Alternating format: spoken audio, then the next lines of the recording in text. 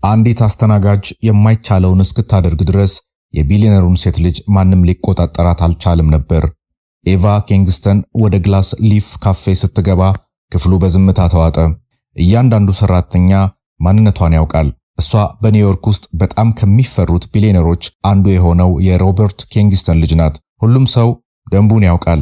እሷ ከመጣች በሰላም ለማውጣት መጸለይ ያስፈልጋል። ለጫወታ ብላ ታደርጋለች እንጂ ለክፉ የምታደርግ አይመስልም ነበር። ነገር ግን ማንም ሊረዳው በማይደፍር መልኩ ልቧ ተሰብሮ ነበር። ቡናው ለብ ስላለ ብቻ አስተናጋጆችን ታባርራለች።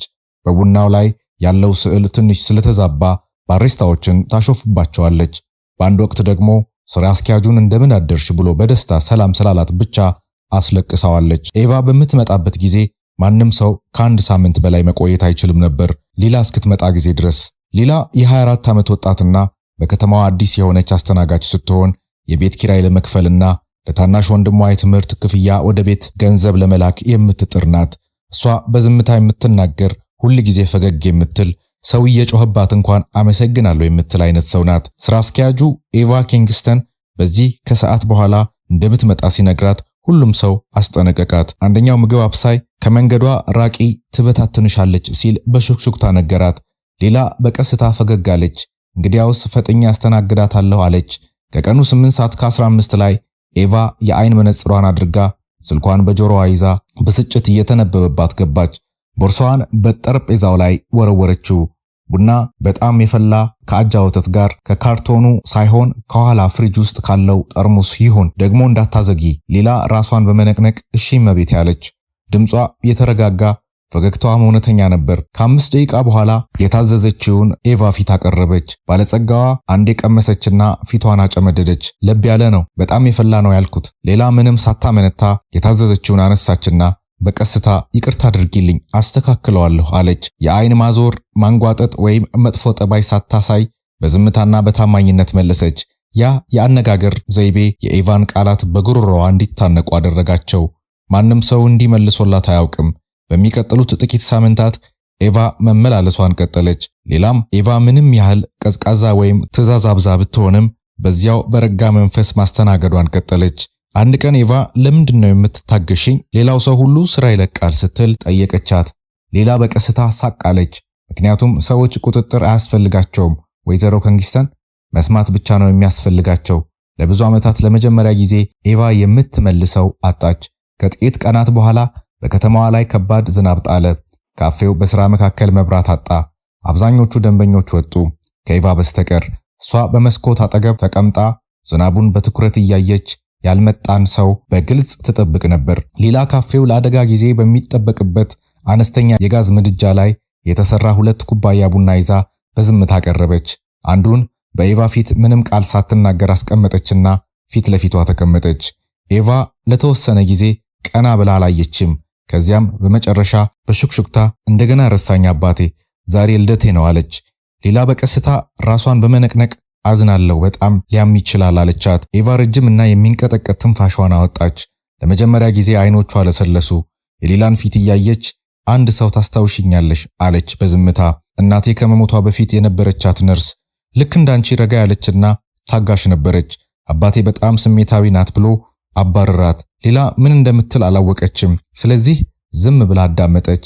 በዚያ ምሽት የማትነካዋና የማትደፈረዋ የቢሊየነሩ ልጅ ኤቫ ኪንግስተን በጨለማው ካፌ ውስጥ አንዲት አስተናጋጅ እጇን ይዛ አጠገቧ ተቀምጣ እያለ በዝምታ አለቀሰች። ከዚያ ቀን ጀምሮ ነገሮች መለወጥ ጀመሩ። ኤቫ አሁንም ትመጣለች፣ ነገር ግን እባክሽንና አመሰግናለሁ ማለት ጀመረች። በአንድ ወቅት አንዲት አሮጊት የወደቀባቸውን ዕቃ እንዲያነሱ ረዳች። ይህም ለሰው ሁሉ ማመን የማይቻል ነገር ነበር። ሌላ ያንን ምሽት እንደገና አላነሳችውም፣ ኤቫም እንዲሁ። ነገር ግን በየሳምንቱ አርብ ጠዋት ያለምንም መቅረት ነጭ አበቦች በካፌው ጠረጴዛ ላይ ይታያሉ። ምንም ማስታወሻ የለም፣ አበቦቹ ብቻ። በየጊዜውም ሌላ አበቦችን ማን እንደሚልካቸው በትክክል ስለምታውቅ ፈገግ ትላለች። ሳምንታት አለፉ። የኤቫ ለውጥ ችላ ሊባል የማይችል ሆነ። በአንድ ወቅት እንደ ጥላ ይከተላት የነበረው ፍርሃት ወደ ጸጥተኛ አድናቆት ተቀየረ። አንድ ከሰዓት በኋላ ሌላ ስራዋን ከጨረሰች በኋላ ኤቫ ቆይታ አየቻት። ኤቫ በረጋ ነገር ግን ለስላሳ ድምፅ ሊላ አለች። እያሰብኩ ነበር። እነዚህን ሁሉ ዓመታት ኃያል መሆን ማለት መፈራት መስሎኝ ነበር። አሁን ግን እንዳልሆነ ገባኝ። እውነተኛ ጥንካሬ በደግነት በሰው መቆርቆርና ሌሎችን በማዳመጥ ውስጥ ነው። ሌላ እምባ እየተናነቃት ፈገግ አለች። ማንኛውም ሰው የሚያስፈልገው ይሄው ብቻ ነው። ኤቫ ራሷን ነቀነቀች። አንቺም ያንን አሳየሽኝ። በምክር ወይም በትዕዛዝ ሳይሆን ዝም ብለሽ እውነተኛ ደግ በመሆንሽ ለወጥሽኝ። ሌላ አስተናጋጇ ራሷን በመነቅነቅ እኔ ልዩ ነገር አላደረኩም፣ ዝም ብዬ እንደ ሰው ነው ያስተናገድኩሽ አለች። ኤቫም ልክ ነሽ፣ ዋናው ነገር እሱ ነው አለች። ለዚህ ነው ዋጋ የሚኖረው። ከዚያን ጊዜ ጀምሮ ኤቫ ወደ እንግዳ ሰዎች፣ ወደ ቤት አልባዎች፣ ወደ ሰራተኞቿና ወደ አባቷ የንግድ አጋሮች ጭምር መድረስ ጀመረች። የልጆችን ትምህርት የሚረዳ የእናቷን መታሰቢያ ድርጅት አቋቋመች። ይህ ሁሉ የሆነው የአንዲት ትሁት አስተናጋጅ ባሳየቻት ትንሽ የደግነት ተግባር ዓለም የተለየች መሆን እንደምትችል ስላሳየቻት ነው። ሌላ በኩራትና በትህትና በዝምታ ትመለከት ነበር። እሷ ያሰበችው ስራዋን በሚገባ ለመስራት ብቻ ነበር። ነገር ግን ያ ቀላልና እውነተኛ ርህራሄ ስፍር ቁጥር የሌላቸውን ሕይወት የሚነካ ለውጥ አመጣ። ኤቫ በመጨረሻ እውነተኛ ሀብት በዶላር እንደማይለካ ተረዳች። እውነተኛ ሀብት የሚለካው ከልብ ከሚመነጭ ተግባር፣ በሌሎች ስሜት በመረዳትና ለሌሎች ለመቆርቆር ባለው ድፍረት ነው። በአንድ ወቅት ሊቆጣጠሯት ያልቻሉት የቢሊነሩ ሴት ልጅ አሁን የተስፋና የደግነት ብርሃን ሆነች። ይህ ሁሉ የሆነው ደግሞ አንዲት ሰው ሰብአዊነትን ልታሳያት በመድፈሯ ነው። ይህ ታሪክ የሚያስተምረን ትልቁ ቁም ነገር አንዳንድ ጊዜ ሰዎችን ለመለወጥ ብዙ ገንዘብ ወይም ስልጣን እንደማያስፈልግ ነው። ልክ እንደ ሌላ እውነተኛ ደግነትና ሌሎችን ለመስማት ፈቃደኛ መሆን ብቻውን ዓለምን የመለወጥ አቅም አለው። እናንተስ ስለዚህ ታሪክ ምን አሰባችሁ? በሕይወታችሁ ያጋጠማችሁ የደግነት ተግባር አለ? ሐሳባችሁን በኮሜንት መስጫ ላይ አጋሩኝ። ቪዲዮውን ከወደዳችሁ ላይክ ማድረጋችሁንና ለጓደኞቻችሁ ማጋራታችሁን አትርሱ። ለቻናሉ አዲስ ከሆናችሁ ደግሞ ሰብስክራይብ በማድረግ ቤተሰብ ሁኑ። በሚቀጥለው ልብ የሚነካ ታሪክ እስክናገኝ ድረስ ሰላም ቆዩ።